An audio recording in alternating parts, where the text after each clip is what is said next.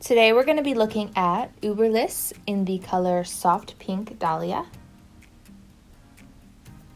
So I do want to start off by saying that they were kind enough to send this to me. I didn't buy this with my own money as I usually do. Then I also want to say that I have my swatches labeled 1 through 12, but I didn't realize I had a swatch missing in this area until it was too late. So 7 through 11 are numbered kind of funny. Please forgive me. 1 is like a dusty blue, I guess you could say. I was imagining somebody maybe had blue hair, it faded, and I wanted to see what the soft pink Dahlia would do on top. Number 2 is gray, 3 is a natural red, 4 is black, and then from 4 to 11 is a range that goes to platinum blonde. And then number 12 is like a toned version of number 11. Also, these are human hair, but they are not all virgin hair, except the number 4 black swatch. Chances are these have been bleached and colored previously.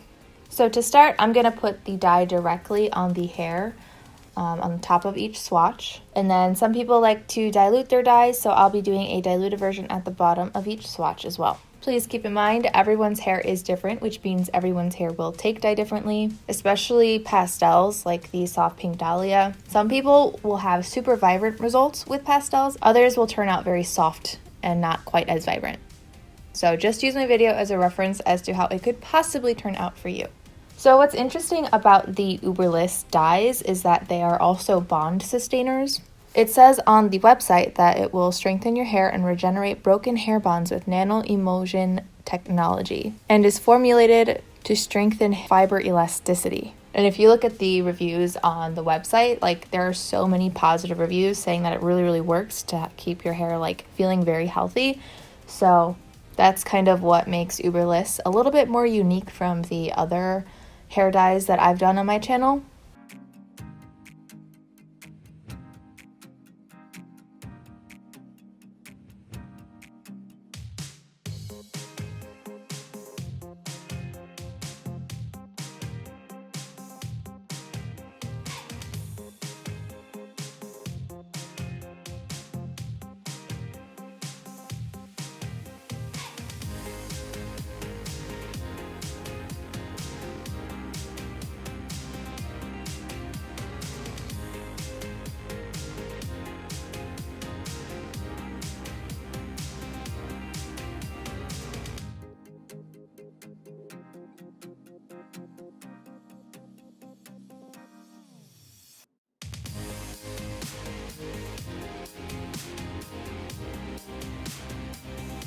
For the diluted section, we're going to be doing equal parts this time. So it's 1 part of the dye to 1 part diluter. If you're unsure what diluter is, the short answer is that it lightens the color of a dye. And in this case, I would say, I'm pretty sure the Uberliss dye is a combination of color, conditioner, and then the bond sustainer.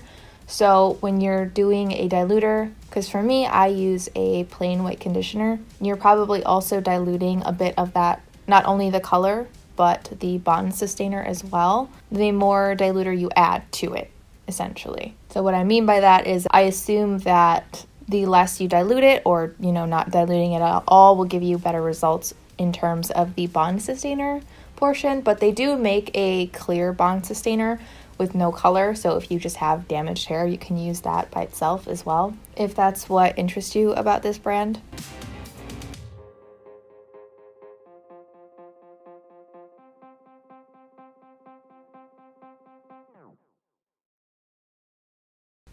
So I'm personally going to let this sit on for a couple of hours. It does say on the bottle that you only need to let it sit for 30 minutes, but I've always heard the longer you let a color sit in the hair, the better the hair can absorb the color, so that's what I'm gonna do. I will rinse them out, and when they're dry, I will meet you back here. I was calling this a pastel earlier, and I'm not quite sure if I stick to that notion or not, because it obviously turned out very nice on a majority of the swatches, which is a lot more pigment than I expected, mostly because I assumed that this was a pastel dye. That being said, even if it is a little bit darker, I guess, than a normal pastel would be, I still think that it does look the best on the lighter blonde swatch versus the slightly darker, like medium blonde. But honestly, I don't think it looks bad on 9 and 10. It's just not quite that like soft pink that I think is intended. But it does almost give like a rosy gold look, which I think is really beautiful.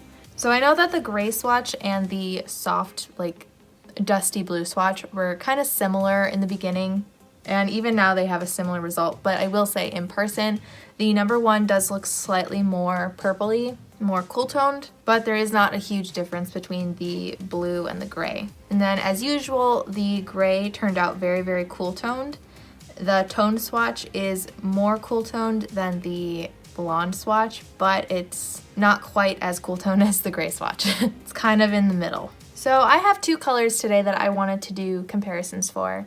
And the first one is going to be Arctic Fox in the color Frosé. This is comparable to number 12, number 11, and number 10. So I chose Frosé because Frosé is for Arctic Fox. They're more lighter, softer pink, but it definitely runs a lot, well, not a ton, but it does run more warm toned than the soft pink Dahlia. And to me, it is actually a little bit more pastel. As you can see, I probably diluted it too much on the ends here. I probably should have put less diluter. And under this lighting, the Frosé looks almost kind of neon looking, but then in normal house lighting, it does look a little bit softer. Part of the reason why I can kind of tell that Frosé is a little bit more pastel is how it dyed the number 10 swatch. The soft pink Dahlia did a little bit better of a job covering, but like I said, I still think both of them would thrive the best on the platinum blonde swatch. The other comparison I'd like to do is Lunar Tides in the color Petal Pink. This is comparable to number 12.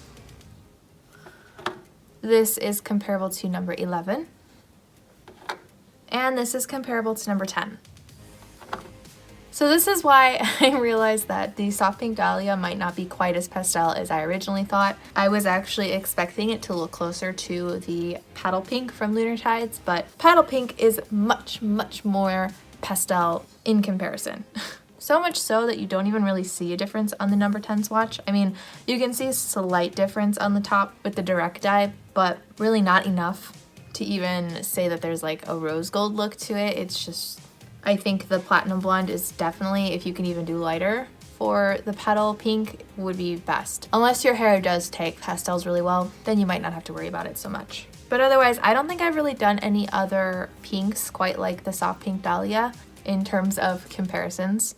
So if I find any in the future, of course, I will compare those. So from here, I'd like to get into the before and after clips. I will be filming those in natural lighting, as well as anything that you see after this point, including like the pictures at the end.